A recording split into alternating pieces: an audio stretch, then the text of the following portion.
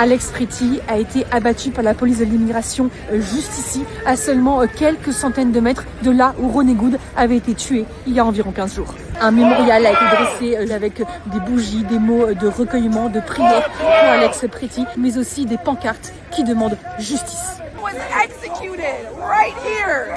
Now is the time. Don't wait. I feel like the only thing we can really do at this point is to go out into the streets and protest. You know, excuses and things to justify or try to justify that a murder of a man that actually was here to care for others. Il fait moins 25 degrés ici à Minneapolis et pourtant, vous les entendez, ils sont quelques milliers de personnes à braver ce froid polaire pour manifester leur colère, demander le départ de ICE, la police de l'immigration de leur ville. I love my country and this is not what my country is supposed to be about or supposed to be doing. Depuis la mort de Ronnie Good, il y a un endroit en ville à Minneapolis où il y a toujours quelques personnes qui se relaient. C'est devant le siège de ICE que vous voyez juste derrière moi. C'est là que sont détenus les migrants illégaux et parfois même des Américains. Et il y a toujours des manifestants pour surveiller, pour protester, siffler à chaque fois qu'ils voient un véhicule.